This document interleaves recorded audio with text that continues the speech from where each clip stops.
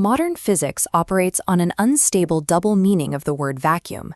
In one sense, the vacuum is emptiness, the absence of matter. In another, it is a substantial object with energy density and the capacity to polarize, curve spacetime, and decay into deeper configurations. To manage this contradiction, theorists have developed distinct mathematical traditions. The light front description treats the vacuum as strictly empty. It maintains this by calculating the dynamic, fluctuating energy of the vacuum, the condensates, and relocating them into the wave functions of hadrons.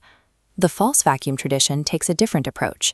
It models the vacuum as a metastable medium that decays by nucleating a bubble.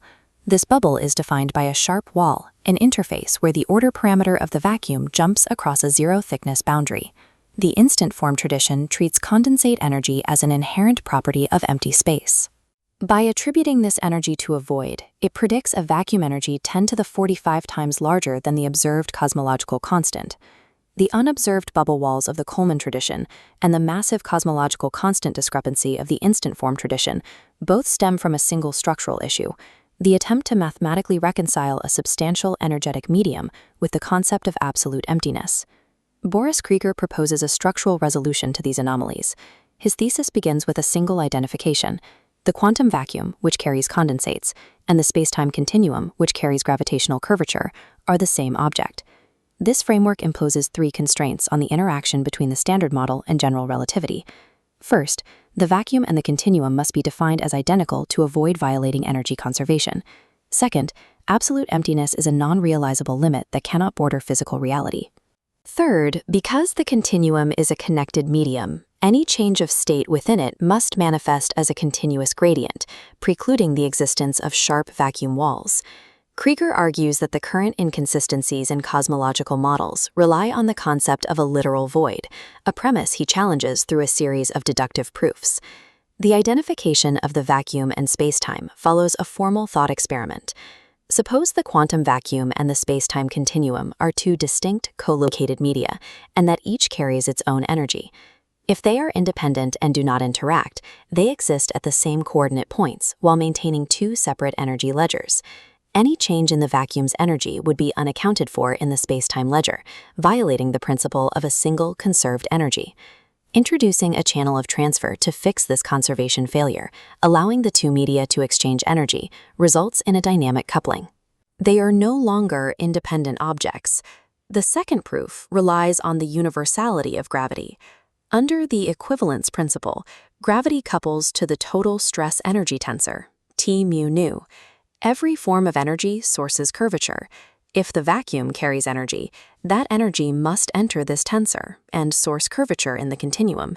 Sourcing and carrying curvature is the defining role of the continuum.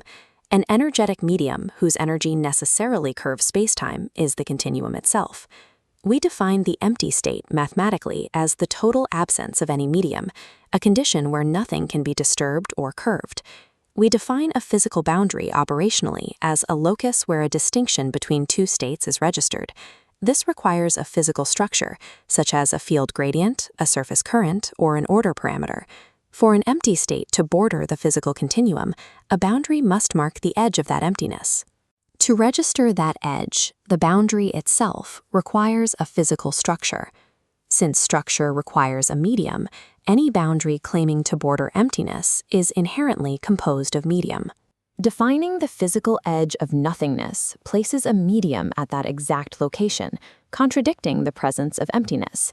Emptiness is not a physical region adjacent to our universe that we can enter or measure. It is a non-realizable mathematical limit. These constraints apply directly to Coleman's false vacuum decay. That model depends on the nucleation of a bubble separated from the exterior vacuum by a sharp, zero-thickness wall. In a connected medium, a sharp internal boundary represents a mathematical discontinuity, a tear in the topology of the substrate. Kriger's integration of the Klein-Gordon equation reveals the energetic cost of this discontinuity.